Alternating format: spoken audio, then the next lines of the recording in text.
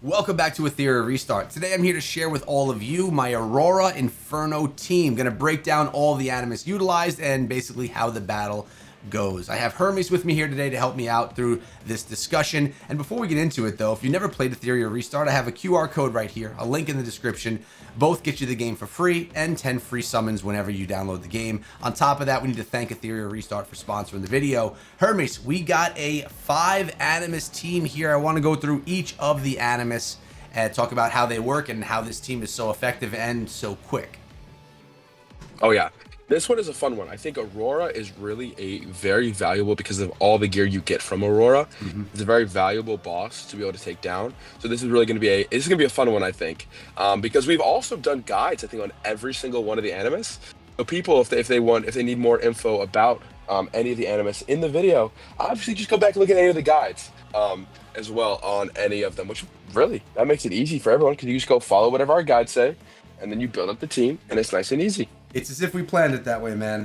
Well done, well done. I know, right? All right, so we're basically looking at Lily, Lilium, Dinah, Linglu, and Viper. Let's go take a look at each one of them, and you can kind of give a quick, brief discussion on what their role is on the team, and then we could watch it in action.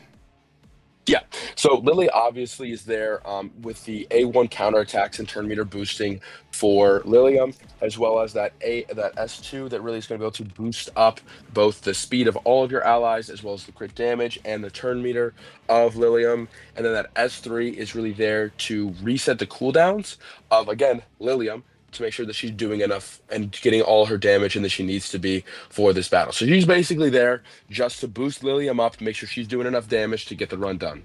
Okay, that makes a lot of sense. Well, how about Linglu?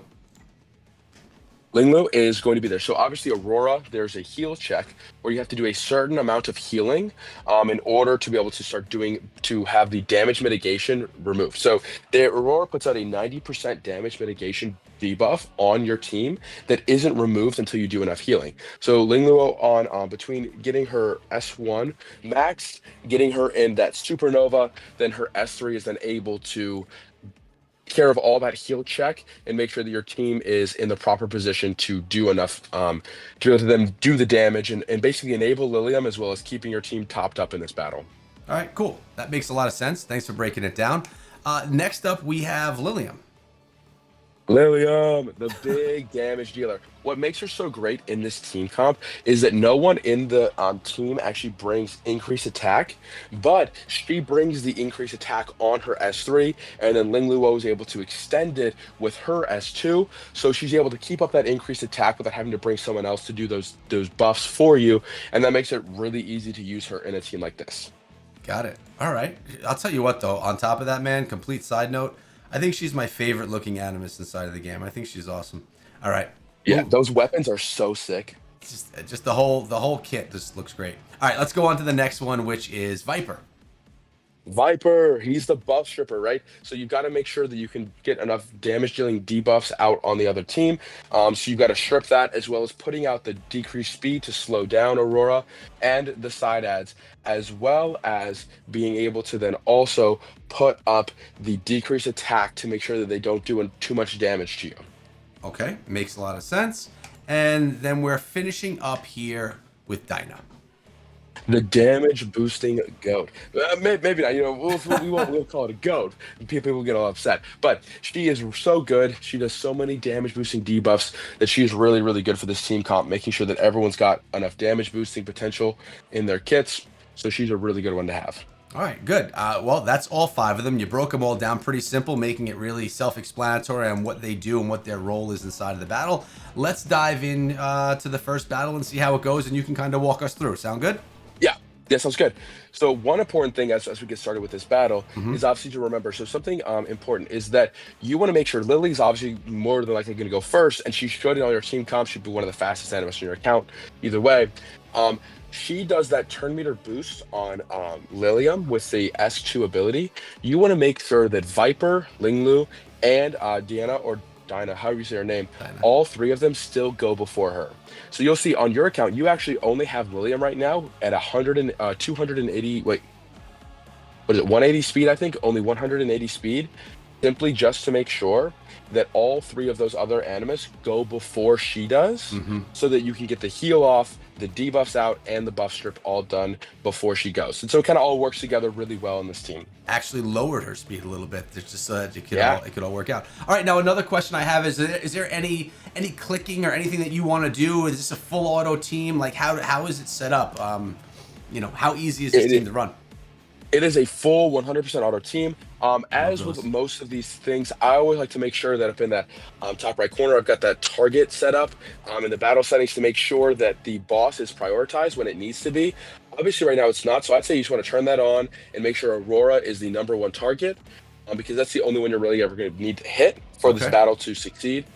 So that's what I would just say. Just make sure that's the boss, and then you should be totally fine. This should run totally fine, get all through the battle. Let's get it done. Let's see how it goes.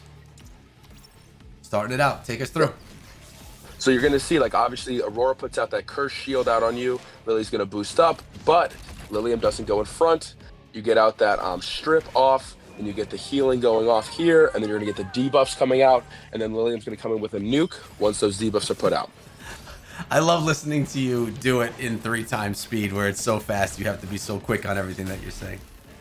I know, but you see that huge chunk of damage? She Yes, took like I a did. third of her HP just with that. I'm like, dude, like that's the kind of damage I like to see. I mean, people like to see big damage, man. It's just how these games work. All right, so Oh yeah. so far so good. Everything's in order, right?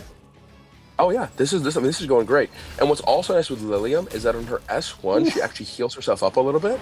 So she's actually even to keep herself popped up on top of whatever Linglo was able to do because of that S1 with the counterattacks with Lily. So it makes it like really easy for her to then keep herself topped up, getting all these extra turns, really be able to come in and then get that damage put out.